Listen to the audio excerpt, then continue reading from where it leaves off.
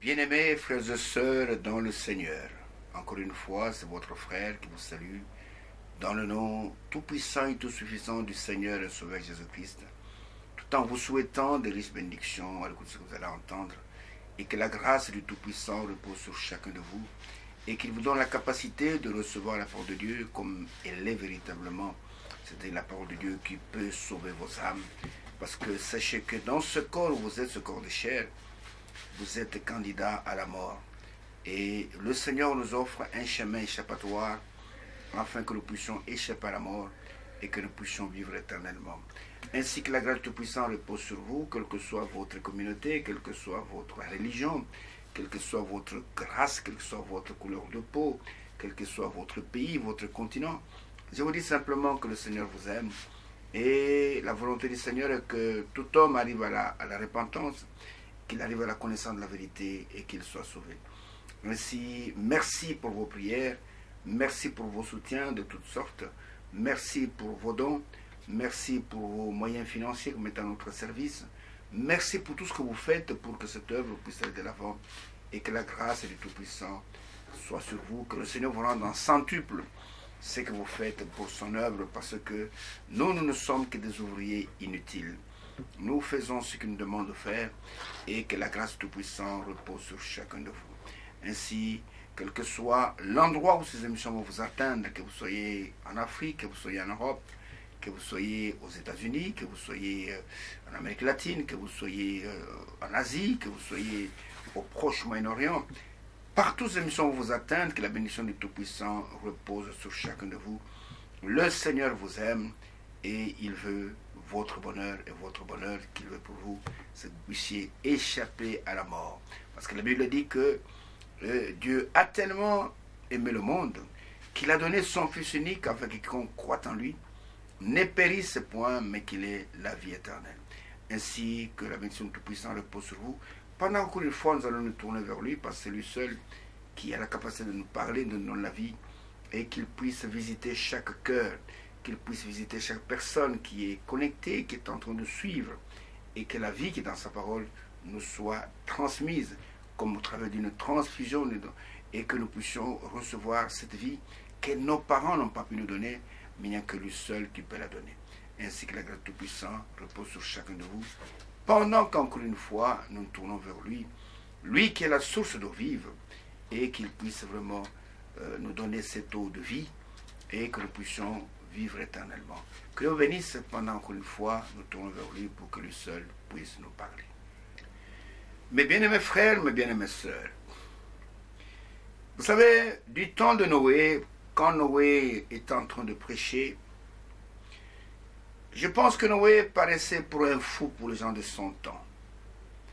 Parce que Noé était quelqu'un qui était en contact direct avec son Dieu, et il transmettait la volonté de Dieu pour ce temps-là. Et nous voyons que Noé a prêché pendant plusieurs années, mais très peu de personnes ont cru à la prédication de Noé.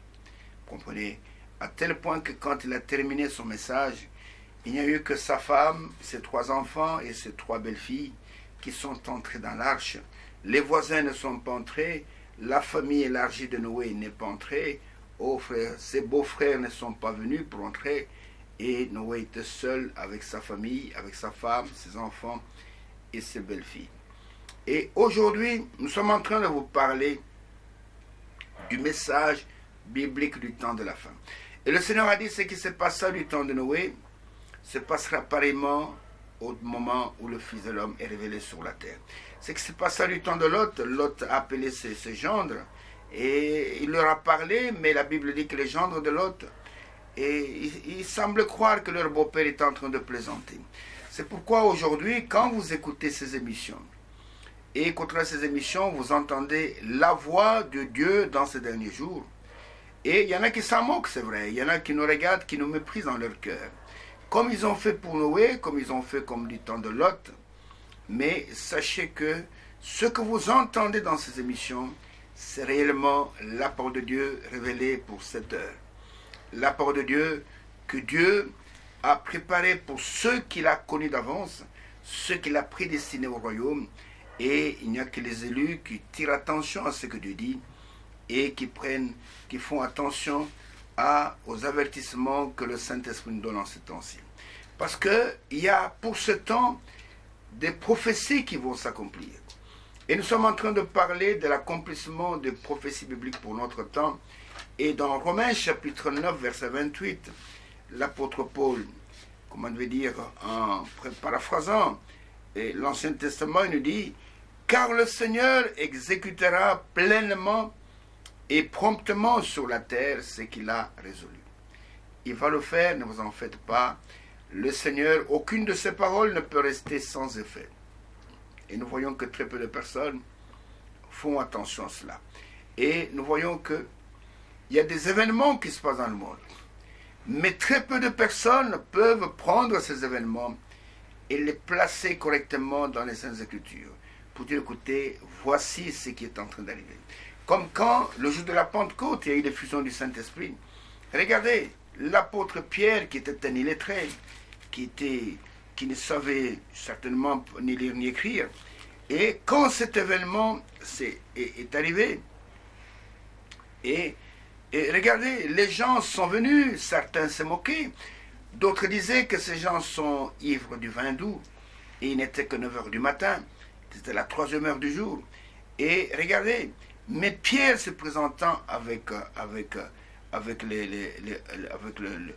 ceux qui étaient dans la chambre haute, et voilà ce que Pierre dit, quand je vais par exemple ici dans verset 15, verset 17, et Pierre leur dit, « Ces gens ne sont pas ivres comme vous le supposez, car c'est la 3e heure du jour, 9 heures du matin.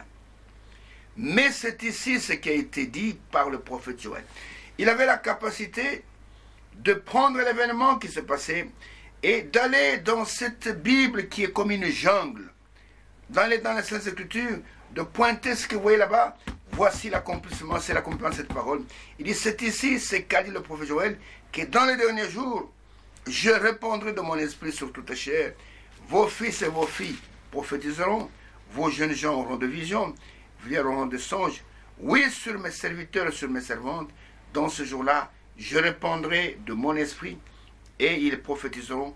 Je ferai paraître des prodiges en haut dans le ciel, et des miracles en bas sur la terre, du sang, du feu, de vapeur, de fumée, ainsi de suite.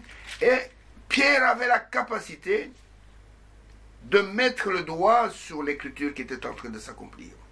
Et c'est là où on reconnaît, même dans notre temps, les vrais serviteurs de Dieu, les vrais mandatés de Dieu. Ils sont capables de prendre les événements de leur temps et de les placer correctement avec les Saintes Écritures, de trouver dans cette jungle de la Bible les Écritures qui correspondent au temps dans lequel ils vivent. Et c'est ce que nous sommes en train de faire. Et nous avons déjà vu plusieurs points. Et nous sommes arrivés au 9e point. Et ce 9e point, c'est la promesse du Père qu'il va révéler ses enfants dans les derniers jours. Et nous allons dans l'Écriture qui nous montre cela, dans Romains chapitre 8. Romains chapitre 8. Du verset 18 au verset 21, une grande prophétie qui est annoncée, un grand événement qui est annoncé, mais qui fait attention à cela. Les gens sont distraits par des soi-disant, c'est pas moi, la sorcellerie. Ils sont en train, soi-disant, de détruire des hôtels de Satan. Ils sont en train de raconter beaucoup de blabla. Mais leurs yeux sont empêchés de voir ce que Dieu fait aujourd'hui. Tout ça, c'est bien, parce que quand vous êtes en Christ, vous êtes revêtu de l'autorité de la parole de Dieu. Vous êtes revêtu de la puissance d'en haut. Et cette puissance, je n'ai pas besoin qu'on me prêche qu'il faut chasser les démons. C'est automatique, parce que Jésus a dit, allez prêcher la bonne nouvelle à toute la création, et celui qui croira, qui sera baptisé, sera sauvé, et celui qui ne croira pas sera condamné. Voici les signes qui accompagneront automatiquement tous ceux qui auront cru. En mon nom, ils chasseront les démons. Je n'ai pas besoin de passer tout mon temps, de parler des sorciers, de parler de Satan, de parler de ceci. Satan a été vaincu sur le bois du calvaire. Mon bien-aimé frère, on ne s'occupe pas de quelqu'un qui est par terre, dont la tête a été écrasée. Parce que la prophétie disait, dans Genèse chapitre 3, verset 15, le Seigneur a dit, je mettrai l'inimitié par le serpent, entre toi et la femme, entre ta postérité, Satan, et la postérité que je donne à la femme, et celle-ci t'écrasera la tête. Et toi, tu le blesseras le talon. Et depuis qu'il y a eu ce combat sur le bord du calvaire, la plus grande bataille jamais livrée sur la terre, elle s'est passée sur le bord du calvaire, où le Seigneur a écrasé la tête du serpent. Satan a été vaincu. Et Satan n'a plus de puissance contre les enfants de Dieu.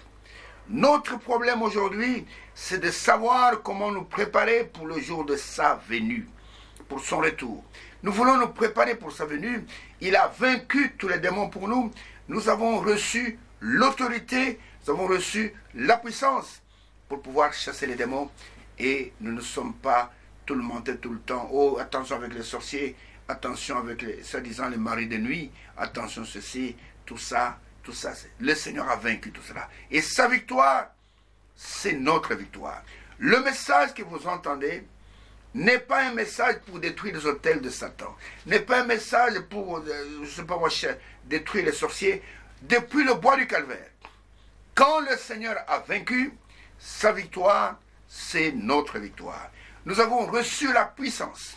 Nous avons reçu l'autorité pour défier tous les esprits impurs, pour défier même Satan lui-même. Et il ne peut rien nous faire. Et notre problème, c'est de savoir comment nous préparer pour le jour de sa venue. Et nous voyons ici que dans ce passage, nous allons voir, il nous est promis que Dieu, avant l'enlèvement, il va manifester les fils de Dieu.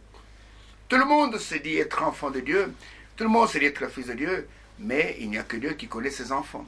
Parce qu'il est écrit même dans Romains, chapitre 8, je lis d'abord le verset 18 là, je vais au verset 28. Il est écrit, « Nous savons du reste que toutes choses concourent au bien de ceux qui aiment Dieu, de ceux qui sont appelés selon son dessein, selon son plan, pas de ceux qui se font eux-mêmes chrétiens, pas de ceux qui se font eux-mêmes prédicateurs, selon son dessein, car ceux qu'il a connus d'avance, il ne nous a pas connus aujourd'hui, il nous a connus avant la fondation du monde. Il les a aussi prédestinés à être semblable à l'image de son Fils, et afin que son Fils soit le premier-né de beaucoup de frères. Et ceux qu'il a prédestinés, il les a aussi appelés. Et ceux qu'il a appelés, il les a aussi justifiés.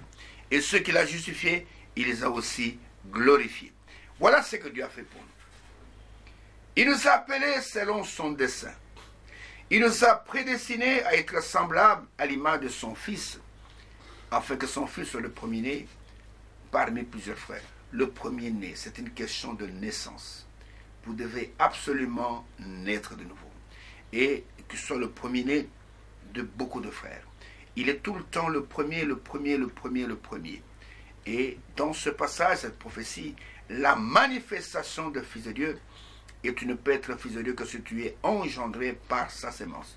Si tu n'es pas engendré par sa sémence, mon frère, alors tu es simplement un beau discoureur et tu prétends être quelque chose que tu n'es pas. Parce que, regardez, à propos de la nouvelle naissance, regardez ce que l'apôtre Pierre dit dans 1 Pierre au chapitre 1er. Regardez ce que Pierre dit, 1 Pierre chapitre 1er, commençons par le verset 22. Et regardez cette grande révélation que Pierre nous donne ici. Et il nous dit ceci. Il nous dit, « Ayant purifié vos âmes, en obéissant à la vérité pour avoir un amour fraternel sincère, aimez-vous ardemment les uns les autres de tout votre cœur. Puisque vous avez été régénérés, en quelque sorte vous avez été engendrés, non par une semence corruptible, mais par une semence incorruptible, par la parole vivante et permanente de Dieu. » Nous sommes engendrés par la parole, donc la parole incorruptible, la parole vivante de Dieu, la semence incorruptible. Et Jacques nous dit, dans Jacques chapitre 1er, au verset 19, Jacques 18 plutôt, il nous dit, il nous a engendrés. Vous voyez, Dieu nous a engendrés selon sa volonté. Non pas selon la volonté d'une communauté, d'une église, mais il nous a engendrés selon sa volonté. Par la parole de vérité, pas par une autre parole, afin que nous soyons en quelque sorte les prémices de ces créatures. Et si tu veux devenir enfant de Dieu, alors sache que vous devez absolument naître de nouveau. Sans la nouvelle naissance, tu ne peux ni voir le royaume, tu ne peux ni entrer dans le royaume.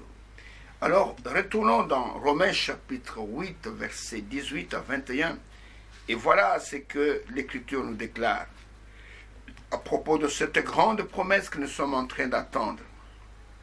Et c'est notre frère Paul, le grand apôtre Paul qui nous parle. Il dit ceci: j'estime que les souffrances du temps présent, c'est vrai que nous souffrons, les temps de la fin sont des temps difficiles, ne sauraient être comparés à la gloire à venir qui sera révélée pour nous. Donc ce que nous souffrons aujourd'hui ne saurait être comparé à la gloire à venir, une gloire éternelle. Nous souffrons pour quelque temps, comprenez, nous souffrons pour quelque temps, mais la gloire qui nous attend, c'est une gloire éternelle. Les souffrances du temps présent ne sauraient être comparées à la gloire à venir, qui sera révélée, c'est-à-dire qu'elle est cachée pour le moment aux sages et aux intelligents, qui sera révélée pour nous. Verset 19, aussi la création attend-elle avec un ardent désir. Quoi? La révélation des fils de Dieu. Pas la révélation des pasteurs. Les pasteurs, les évangélistes, ce sont des serviteurs. Ce sont des gens qui travaillent dans la maison de Dieu en tant que serviteurs. Mais le rang le plus élevé dans la maison du Père, dans son Église, le rang le plus élevé, c'est le rang de fils. Parce qu'en tant que fils, nous sommes héritiers de toutes choses. Nous sommes héritiers de bien de notre Père. Nous sommes héritiers de Dieu et co-héritiers de Christ. Vous comprenez? Nous allons hériter de toutes choses. Donc, la création attend avec un ardent désir, un désir de feu, la révélation. Et quand on parle révélation, c'est qu'il y a un mystère. Quand on parle révélation, c'est qu'il y a quelque chose qui a été caché. Je peux détenir quelque chose dans ma main, par exemple, c'est pour moi une pièce d'argent. Je vous pose la question, qu'est-ce que j'ai dans ma main? Vous ne saurez pas me répondre. Jusqu'à ce que je vais ouvrir la main, vous allez voir la pièce d'argent, et vous saurez que ce que j'ai dans ma main, c'est une pièce d'argent. C'est à ce moment-là que la chose est révélée. Ce qui était caché dans ma main vous a été révélé. Et c'est la même chose. Le livre de l'Apocalypse, ça signifie révélation. C'est-à-dire ce sont des choses qui sont cachées et que Dieu révèle dans ce temps de la fin et pour ses propres enfants. Donc la création attend avec un ardent désir. Qu'est-ce qu'elle attend? La révélation. C'est-à-dire le dévoilement. C'est-à-dire qu'aujourd'hui, regardez, nous sommes sur cette terre. Nous sommes des hommes comme tout autre homme. Et nous entrons dans des trains, dans des bus. Il n'y a rien qui montre sur notre visage que nous sommes enfants de Dieu. Nous avons le même physique, nous avons la même tête, nous avons les mêmes cheveux, nous avons des mains comme tout le monde, nous avons la bouche comme tout le monde. Et personne ne peut savoir que nous sommes des fils de Dieu. Regardez, je crois que c'est Salomon qui l'a dans le livre de l'Ecclésiaste. Il dit que j'ai vu une vanité sur la terre. Il dit que j'ai vu des esclaves sur des chevaux et des princes marchant à pied. Et si je le transporte dans notre temps, je peux dire, j'ai vu des esclaves dans des véhicules de luxe, dans des jeeps qui coûtent très cher, dans des voitures de luxe, dans des voitures qui coûtent des milliers, des dizaines de milliers, même des centaines de milliers de dollars. Et j'ai vu des princes. Un prince est un enfant du roi. Et j'ai vu des princes marchant à pied. Il y a des princes qui sont dans la forêt de l'Itourie. Il y a des princes chez les Pygmées, habitants des maisons de terre, mangeant des fruits des arbres de la forêt. Mais il y a des esclaves dans des grandes villes comme New York, comme Paris. Il y a des esclaves qui sont à Washington, qui sont à Tokyo, qui sont dans de grosses voitures, mais des esclaves, esclaves du péché. Et Salomon dit, j'ai vu une folie sur la terre. J'ai vu une folie sur la terre. J'ai vu des gens comme ça. Et marchant sur la terre. Et des esclaves. Montés sur des chevaux. Et pendant que les princes étaient en train de marcher à pied. C'est pourquoi, mon bien-aimé frère, n'enviez jamais tous ces gens qui sont riches. Vous comprenez? Tous ces gens qui marchent, qui vivent dans l'opulence, qui vivent dans des choses, c'est pas moi, ils ont beaucoup d'argent, ils ont des villas bien climatisées, ils ont des choses de luxe. N'enviez jamais ces choses-là, mon bien-aimé frère, parce que si tu es né de sa sémence, si tu es né fils de Dieu, tu es plus que tous les dignitaires de ce monde. Tu es un héritier de Dieu, un co-héritier de Christ. Oh, vous comprenez, mes bien-aimés frères. Regardez ce qui est écrit dans le psaume 82, et c'est un psaume d'Asaph, parlant des fils de Dieu. Il dit au verset 6, et c'est surtout, ça s'adresse aux prophètes, mais c'est valable sur tout enfant de Dieu. Verset 7, et verset 6 et verset 7, il dit, « J'avais dit, vous êtes de Dieu, vous êtes tous des fils du Très-Haut, cependant, vous mourrez comme des hommes, vous tombez comme un prince quelconque. » C'est vrai, nous mourrons comme tout autre homme, nous sommes enterrés dans le même cimetière, nous allons dans les mêmes écoles, et nous allons dans les mêmes restaurants, et nous allons dans les mêmes universités, mais les enfants de Dieu sont cachés dans la foule. Il dit, j'ai dit cependant, vous êtes des dieux, parce que la parole de Dieu vient au Fils de Dieu, vient au prophète, et vous mourrez comme des hommes. C'est vrai. Et nous voyons que, ici maintenant je rentre dans Romains chapitre 8, et voilà ce que l'apôtre nous déclare ici. Il dit que toute la création attend avec un ardent désir la révélation, donc le dévoilement des fils de Dieu. Verset 20. Car la création a été soumise à la vanité, non de son gré, mais à cause de celui qui l'y a soumise, avec l'espérance qu'elle aussi sera affranchie de la servitude de la corruption pour avoir part à la liberté de la gloire des enfants de Dieu. Vous comprenez? Il y a sur la terre actuellement, il y en a eu pendant tous les âges, il y a des enfants de Dieu qui sont dissimulés, mais qui sont des enfants de Dieu. C'est comme quand le Fils de Dieu par excellence, le Seigneur Jésus-Christ. Parfois les gens ne comprennent pas pourquoi nous disons qu'il est Dieu en même temps qu'il est Fils de Dieu. Et nous disons qu'il est Fils de Dieu parce qu'il était Dieu manifesté dans un corps de chair. Et quand il était sur la terre, pour savoir qui était Jésus, il fallait uniquement la révélation du Père. Parce que la Bible dit que personne ne connaît le Fils, si ce n'est le Père. Et pour que tu puisses connaître le Fils, il faut que la révélation vienne du Père. Selon qu'il est écrit dans 1 Corinthiens, chapitre 12, au verset 3. 1 Corinthiens, chapitre 12, au verset 3. Voilà ce qui est écrit à propos du Fils. Il est écrit ceci. C'est pourquoi je vous déclare que personne, s'il parle par l'Esprit de Dieu, c'est uniquement par là, n'est dit Jésus est anathème. Et que personne ne peut dire Jésus est le Seigneur, c'est-à-dire l'Éternel, si ce n'est par le Saint-Esprit. Vous comprenez? Donc pour savoir qui il est, il faut la révélation du Père. Regardez, au début des évangiles, beaucoup ne savaient pas qui il était. Et on nous raconte dans Jean chapitre 1er l'histoire d'André, frère de Simon. C'est lui qui a rencontré le premier Jésus. Parce qu'André était disciple de Jean-Baptiste. Et un jour après le baptême, et Jean-Baptiste est avec ses disciples, parmi lesquels il y avait André, c'est dans Jean chapitre 1er, et il voit passer le Seigneur là à l'horizon. Et Jean leur dit, voilà, maintenant il n'a pas dit voici parce qu'il n'était pas devant lui, il dit, voilà l'agneau de Dieu qui ôte le péché du monde. Suivez-le, suivez-le parce que moi je dois diminuer et lui doit grandir. je dois diminuer. J'étais venu préparer le chemin pour lui. Comme il est là, moi, je dois disparaître.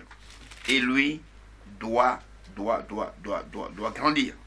Et quand André a entendu ça, André a suivi avec son ami. Ils sont allés et ils ont passé beaucoup de temps avec le Seigneur. Tout ça, ce que je vous dis là, c'est dans Jean chapitre 1er, verset 35, et un peu plus bas, je peux lire cela pour vous, verset 35, il dit, le lendemain, Jean était encore avec ses disciples, ayant regardé Jésus qui passait, il dit, voilà l'agneau de Dieu. Les deux disciples l'entendirent, prononcer ces paroles et suivirent Jésus. Et ils sont allés avec Jésus, ils ont passé du temps avec lui, et je crois de tout mon cœur que ils ont senti que cette personne était la personne promise par les prophètes, par Dieu, au travers des prophètes. Et André a dit, Seigneur, j'ai mon grand frère, permets que j'aille l'appeler, il aime beaucoup la parole de Dieu. Et André est allé appeler Simon. Et quand Simon est venu, le Seigneur le regarde. Avant même qu'il ne puisse ouvrir la bouche, d'abord André a dit à Simon, nous avons trouvé le Messie, celui qu'on appelle le Christ. Nous l'avons trouvé. Et Simon était en train d'arranger ses filets de pêche. Il dit, André, qu'est-ce que tu dis? C'est lui dont les prophètes ont parlé? Il dit, oui. Il est sur la terre maintenant. Nous l'avons trouvé. Et Simon a couru. Quand Simon est arrivé, au verset 42, le Seigneur dit à Simon, tu es Simon. André n'avait pas dit le nom de son frère. Et tu es Simon, fils de Jonas, tu seras appelé Céphas, ce qui signifie Pierre. Donc si on l'appelle Simon Pierre, c'est parce que le Seigneur l'a appelé Céphas. Tu seras appelé Simon Pierre. Et directement, je peux dire, la révélation a frappé Pierre. Oh, il a abandonné ce qu'il avait, il a suivi le Seigneur. Parce que pour connaître qui est le Seigneur, qui est Jésus, qui est le Fils, il faut absolument la révélation du Père. Et nous voyons que, de la même manière que lui, il fallait la révélation pour lui, Dieu aussi va révéler individuellement chaque fils de Dieu. Peut-être que dans ton quartier, on ne te connaît pas. Il arrivera un temps, si tu es vivant, quand ces choses vont arriver, Dieu va te manifester. Parce qu'il est parlé de la révélation, il est parlé de la manifestation. Dieu va te manifester, à tel point que même tes voisins, ils sauront que tu es le Fils de Dieu. Regardez quand le Seigneur est mort sur la croix. Les gens voyaient un homme qui était tout nu, plein de sang. Et quand il est mort, la terre a tremblé, frère. Jamais un homme n'est mort comme il est mort. La terre a tremblé, le soleil se cachait, le soleil n'a pas voulu briller, la lune s'est cachée, les vents commencent à souffler. Oh frère! Et les gens qui étaient à Golgotha ont commencé à fuir. Les rochers se fendaient, les pierres tombaient des montagnes, les gens commençaient à fuir. Et pendant qu'ils fuyaient,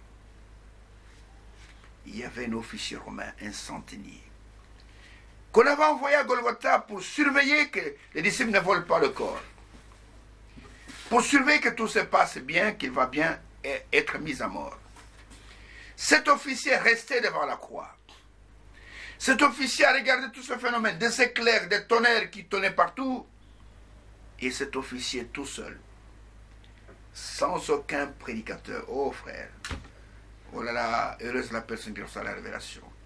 Cet officier tout seul devant la croix. Et il y avait les ténèbres sur toute la terre. Quand il y avait seulement un peu d'éclair, il voyait un peu le visage ensanglanté. Et cet homme-là tout seul, il a crié. Assurément, assurément, cet homme était fils de Dieu. Il a eu la révélation là, à Golgotha. Assurément, assurément, absolument, absolument, cet homme était fils de Dieu.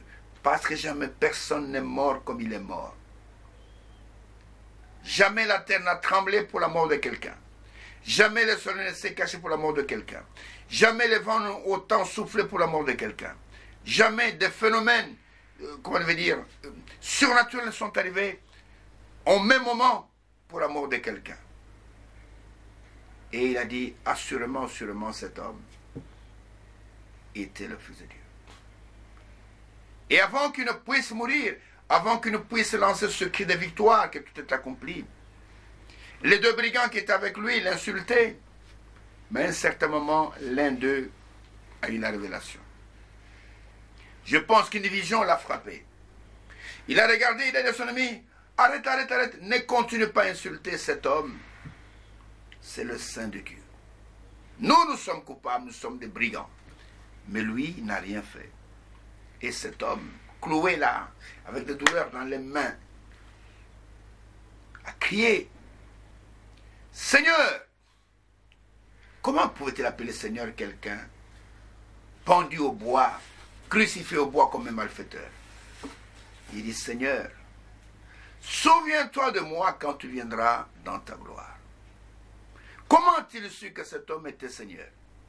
Comment a-t-il su que cet homme reviendra dans la gloire? Oh frère, c'est ça la révélation. Des mystères cachés au monde, cachés aux hommes, aux intelligents. Et le Seigneur l'a regardé. Il lui a dit, en vérité, je te le dis, tu me dis de te souvenir de toi quand je viens dans la gloire. Mais moi, je te dis qu'aujourd'hui même, pas demain, aujourd'hui, quand ton âme va sortir de toi, tu seras avec moi dans le paradis. Il n'a pas dit dans le ciel, dans le paradis.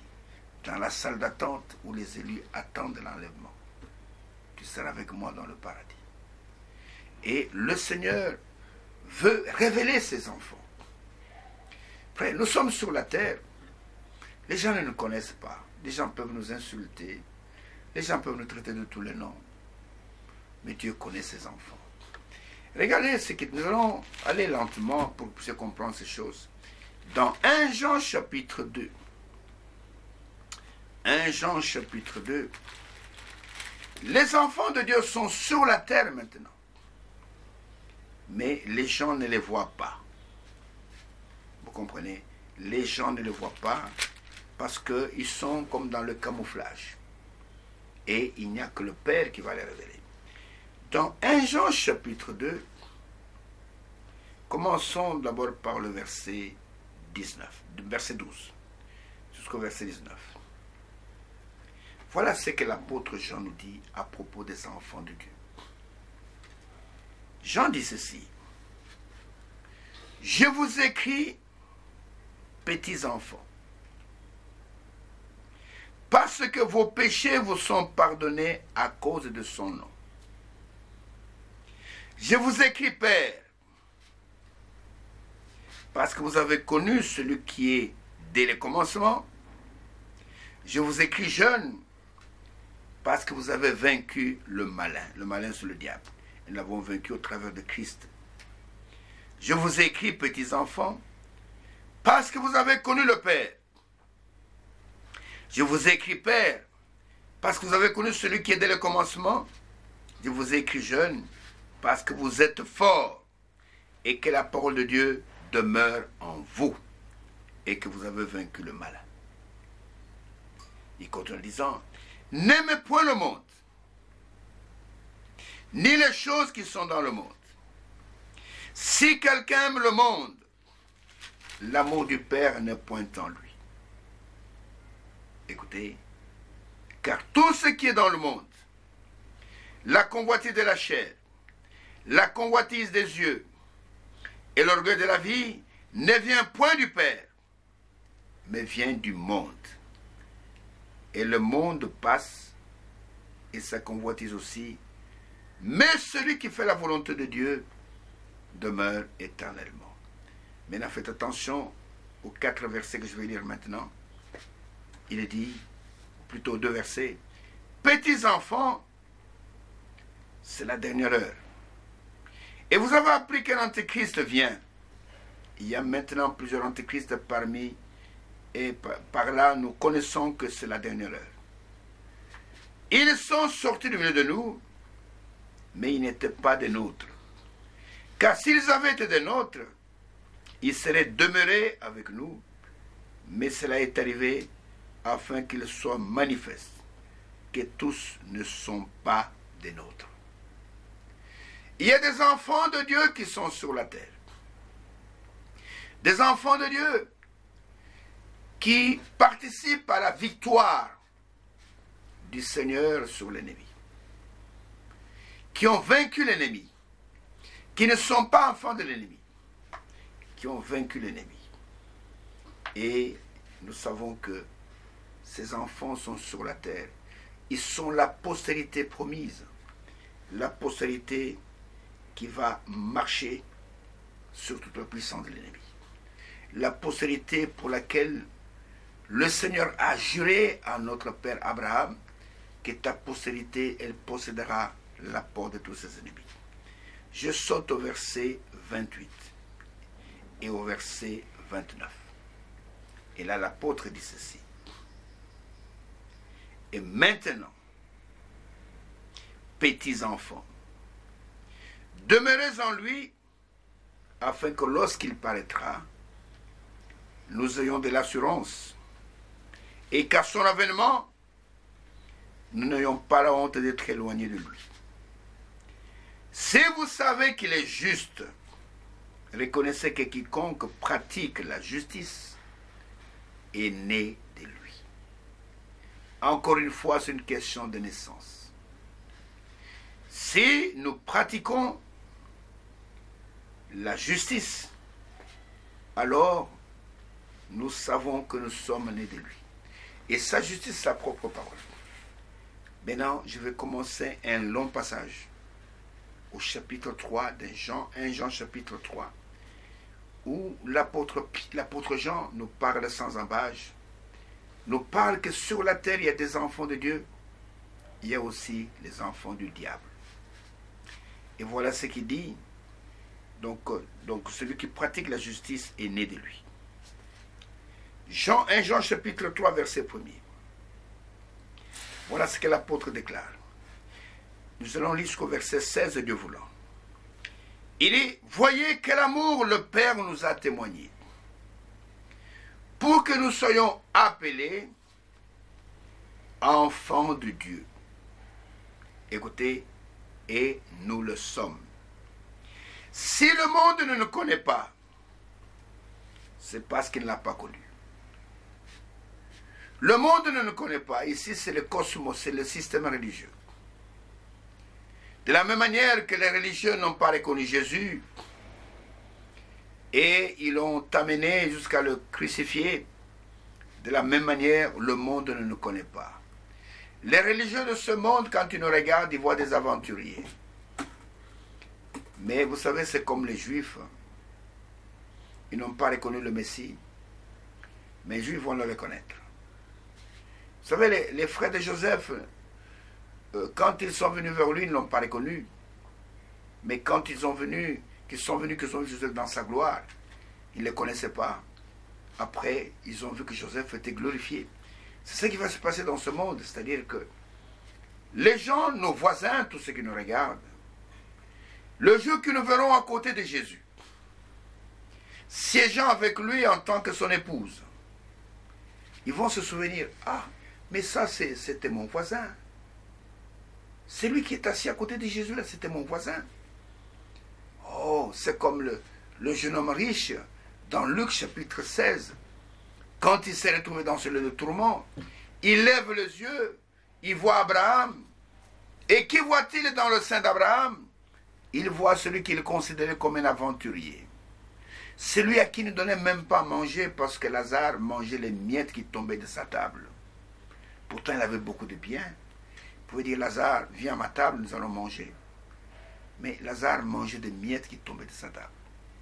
Maintenant, il regarde là dans le ciel. Qui voit-il? Abraham.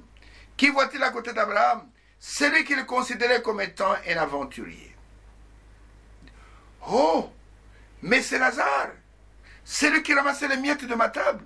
Oh, Père Abraham, envoie Lazare, je souffre cruellement ici, avec même un peu d'eau pour mettre sur ma langue, parce que je souffre cruellement ici. Et Abraham lui dit, mais tu ne vois pas bien, tu es devenu myope. Entre toi et nous, il y a un abîme que personne ne peut franchir. Aucune messe de requiem ne peut t'amener ici. Aucune prédication d'un prophète ou d'un pasteur ne peut t'amener ici. Parce que dès que tu termines ton parcours sur la terre, mon frère, ton livre est fermé. Il est scellé et tu attends quoi? Tu attends le jugement.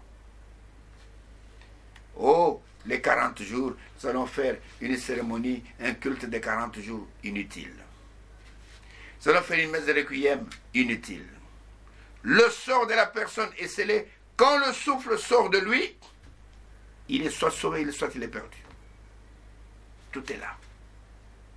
Et nous voyons ici, l'apôtre dit, voyez quel amour le Père nous a témoigné, pour que nous soyons appelés enfants de Dieu, il dit, et nous le sommes. Si le monde ne nous connaît pas, c'est qu'il n'a pas connu. Parce qu'il avait connu notre Père. C'est ce que Jésus a dit aux Juifs dans Romains chapitre, plutôt dans Jean chapitre 8. Il se réclamait être enfant de Dieu. Regardez la réponse de Jésus, ça va nous édifier. Elle avec moi dans Jean chapitre 8. Commençons par le verset 34. Et il dit ceci. En vérité, je vous le dis, le répliqua Jésus, quiconque se livre au péché est esclave du péché. Or, l'esclave ne demeure pas toujours dans la maison, le Fils y demeure toujours. Si donc le Fils vous affranchit, vous serez réellement libre. Je sais que vous êtes la postérité d'Abraham, mais vous cherchez à me faire mourir, parce que ma parole ne pénètre pas en vous. J'ai dit ce que j'ai vu chez mon Père, et vous faites ce que vous avez entendu de la part de votre Père. Écoutez, suivez attentivement. Ils lui répondirent, notre Père c'est Abraham. Jésus leur dit, si vous étiez enfants d'Abraham, vous feriez les œuvres d'Abraham. Mais maintenant vous cherchez à me faire mourir. Moi qui vous ai dit la vérité que j'ai entendue de Dieu, cela Abraham ne l'a point fait.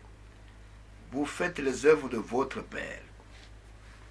Ils lui dirent, nous ne sommes pas des enfants illégitimes. Nous avons un seul Père, et ce Père c'est Dieu. Écoutez la réponse de Jésus. Si, Jésus leur dit, si Dieu était votre Père, vous m'aimeriez, car c'est de Dieu que je suis sorti et que je viens. Je ne suis pas venu de moi-même, mais celui qui m'a envoyé. Pourquoi ne comprenez-vous pas mon langage? Parce que vous pouvez écouter ma parole. Vous avez pour père le diable, et vous voulez accomplir les désirs de votre père. Il a été merci dès le commencement, il ne se tient pas dans la vérité, parce qu'il n'y a pas de vérité en lui. Lorsqu'il profère le mensonge, il parle de son propre fond, car il est menteur et le père du mensonge. C'est pourquoi ici, dans 1 Jean, au chapitre 3, là, au verset, au verset 1er, où il dit, nous sommes maintenant enfants de Dieu. Si le monde ne nous connaît pas, c'est qu'il ne l'a pas connu. Jésus dit, si vous avez connu mon Père, vous allez m'aimer parce que c'est de lui que je suis sorti. Et je peux dire aux religieux de notre temps, si réellement Dieu était votre Père, vous m'aimeriez aussi parce que je suis enfant de Dieu et je suis engendré par sa sémence. Pourquoi vous écoutez ces émissions, vous êtes en colère, vous ne pouvez pas supporter parce que sa parole ne peut pas pénétrer en vous. Vous défendez la Sainte Trinité, vous défendez la Sainte Mariolatrie, alors que ce sont des doctrines qui sont en dehors des Saintes Écritures. Et quand on vous prêche la vérité, elle ne pénètre pas en vous. Pourquoi? Et Jésus dit aux Juifs, parce que votre Père c'est le diable. Et s'il venait aujourd'hui, c'est ce qu'il y a aussi aux religieux d'aujourd'hui, pourquoi ma parole ne pénètre-t-elle pas en vous? Parce que vous avez pour père le diable. Je continue dans 1 Jean, chapitre 3. Il dit, bien-aimé, nous sommes maintenant enfants de Dieu. Et ce que nous serons n'a pas encore été manifesté. Vous entendez? Ce n'est pas encore manifesté. Mais nous savons que lorsqu'il paraîtra, nous serons semblables à lui, parce que nous le verrons tel qu'il est.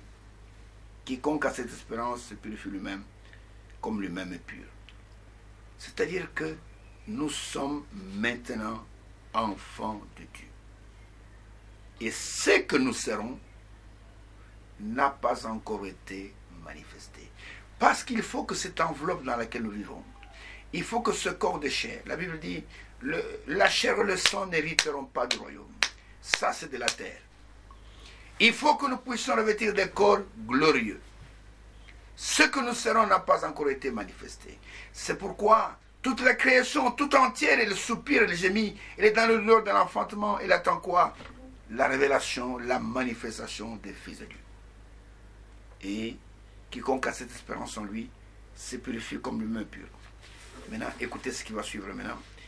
Quiconque pratique le péché, verset 4, transgresse la loi, et le péché est la transgression de la loi. Or, vous le savez, Jésus est apparu pour ôter les péchés, et il n'y a point en lui de péché. Quiconque demeure en lui ne pratique pas le péché. Quiconque pratique le péché ne l'a pas vu et ne l'a pas connu. Maintenant, écoutez, verset 7. Petits enfants, que personne ne vous séduise. Celui qui pratique la justice est juste, comme lui-même est juste. Celui qui pratique le péché est du diable, car le diable pêche dès le commencement. Le Fils de Dieu, Jésus, apparu afin de détruire les œuvres du diable. Maintenant, écoutez le verset 9. Quiconque est né de Dieu ne pratique pas le péché, parce que la semence de Dieu demeure en lui. Il ne peut pécher parce qu'il est né de Dieu. Nous naissons de nouveau de la semence de Dieu. Nous ne naissons pas de nouveau d'une dénomination, d'une communauté. Quiconque est né de Dieu, la nouvelle naissance, nous naissons de Dieu. Nous ne naissons pas d'une communauté, nous ne naissons pas d'un pasteur, nous ne naissons pas d'un évangéliste, nous naissons de Dieu. Quiconque est né de Dieu, écoutez-moi bien, ne pratique pas le péché, n'a pas la vie de péché. Tous ces gens qui se disent être prédicateurs, qui se disent être enfants de Dieu, qui sont vautrés dans le péché, dans l'idolâtrie, dans la débauche, dans l'adultère, ils sont simplement séduits quelque part. Parce que celui qui est né de Dieu n'a pas la vie de péché. Il peut broncher d'une manière ou d'une autre, mais il n'a pas la vie de péché.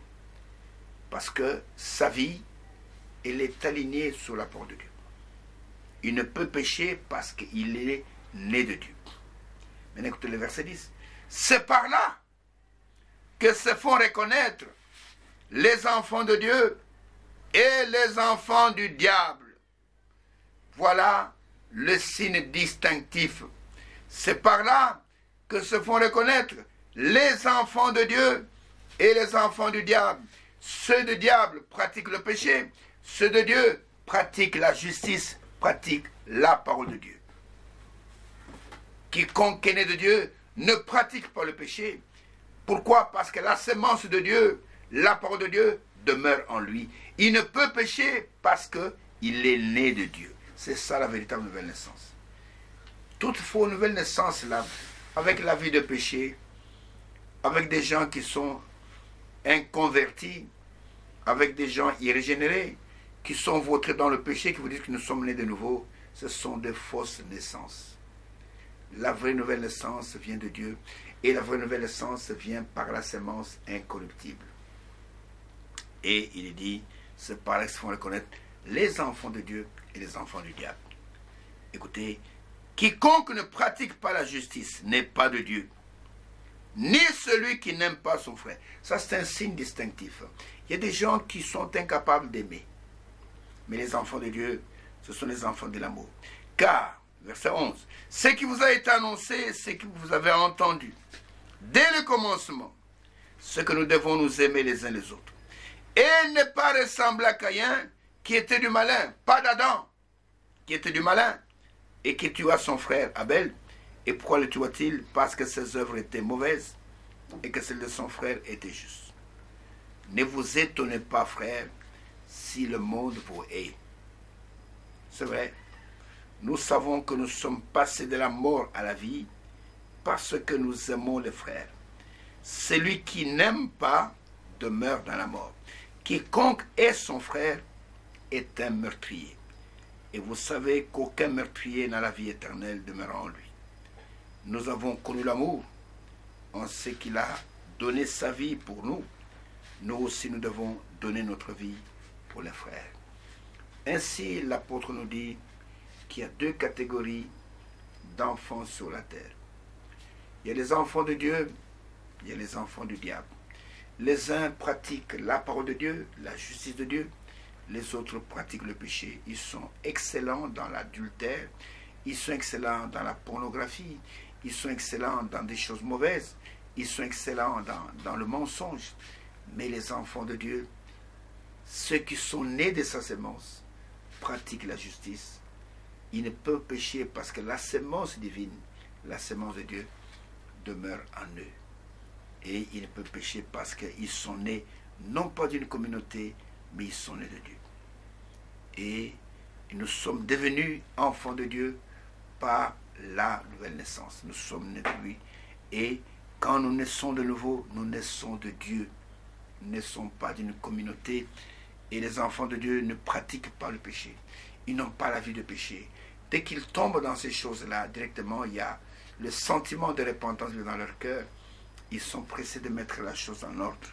Mais les autres, ils aiment le péché. La vie de péché, c'est leur péché tel qu'il est écrit dans Éphésiens chapitre 4. Éphésiens chapitre 4, regardez ce qui est écrit. Et l'apôtre nous dit, verset 17, et jusqu'au même verset 19, jusqu'au verset 20, je peux dire ceci. Et l'apôtre dit, voici donc ce que je dis et ce que je déclare dans le Seigneur. Vous ne devez plus marcher comme les païens qui marchent dans la vanité de leurs pensées. Ils ont l'intelligence obscurcie. Ils sont étrangers à la vie de Dieu. La vie n'est pas leur vie, à cause de l'ignorance qui est en eux, et à cause de l'endurcissement de leur cœur. Ayant perdu tout sentiment, ils se sont livrés au dérèglement pour commettre d'espèces d'impureté jointes à la cupidité. Mais vous, ce n'est pas ainsi que vous avez appris Christ. Vous comprenez? Donc, il y a des enfants de Dieu qui pratiquent la justice. Et avant que l'enlèvement ne puisse intervenir, que la fin ne puisse intervenir, Dieu va faire le triage tel qu'il a annoncé depuis l'Ancien Testament dans Malachie au chapitre 3. Malachie au chapitre 3 et verset 16. Et il est écrit ceci. Alors ceux qui craignent l'Éternel se parlèrent l'un à l'autre. Et l'Éternel fut attentif et il écouta. Un livre de souvenirs fut écrit devant lui pour ceux qui craignent l'Éternel et qui honorent son nom. Et ils seront à moi, dit l'Éternel des armées. Ils m'appartiendront au jour que je prépare. J'aurai compassion d'eux comme un homme a compassion de son fils qui le sert. Écoutez le verset 18. Et vous verrez de nouveau la différence.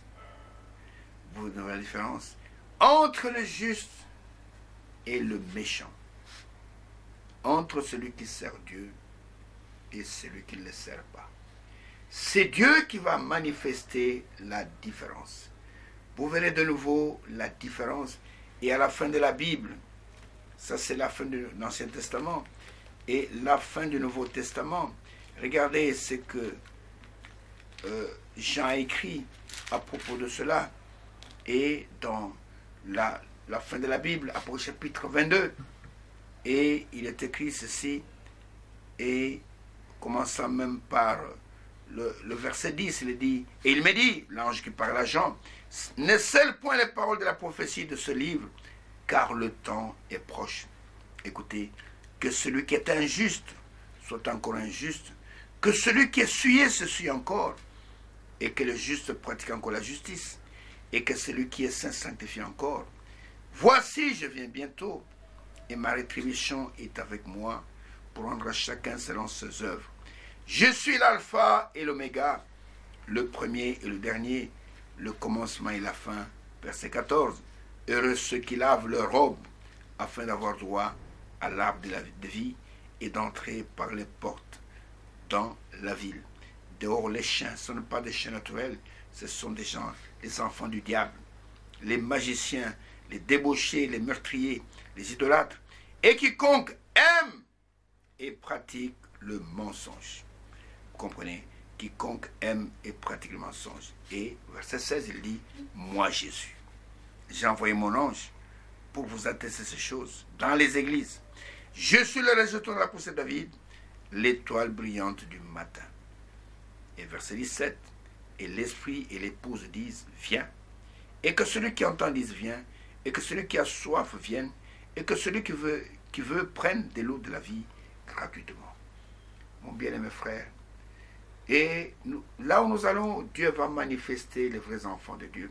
Ne regardez pas ce que les gens racontent aujourd'hui, et ils sont là dans les églises, nous sommes enfants de Dieu, c'est vrai, mais vous devez le manifester par votre vie. Si votre vie ne reflète pas la parole de Dieu, vous êtes simplement dans la séduction. Et les enfants de Dieu sont nés de sa sémence, et sinon de sa sémence, ils ne pratiquent pas le péché, parce que la sémence divine demeure en eux. Ils ne peuvent pécher parce qu'ils sont nés de Dieu. Ceux du diable, ils pratiquent le péché. Même s'ils sont dans les églises, ils sont toujours dans le péché. Et que Dieu nous aide, et que quand ces enfants seront manifestés, que nous soyons aussi parmi ceux-là. Ainsi que Dieu vous bénisse richement, qui vous accorde le discernement des choses les meilleures. Et nous sommes dans l'attente, toute la création attend et veut voir ces fils de Dieu qui seront semblables à Jésus, être manifestés sur la terre, qui parleront et la chose arrivera, qui auront l'autorité sur tous les démons, sur tous les esprits. Frère, ce sera un temps extraordinaire. Tel que Jésus a été, tels seront, on peut dire, la postérité qui est en Christ. Ainsi que le bénisse, et si c'est la volonté de Dieu, je vous donne rendez-vous à l'émission prochaine. En attendant ce rendez-vous, que chacun puisse être en prière, priez pour moi comme j'ai prié pour vous, et que la grâce du Tout-Puissant repose sur chacun de vous. Je vous dis simplement Maranatha, et que Dieu vous garde.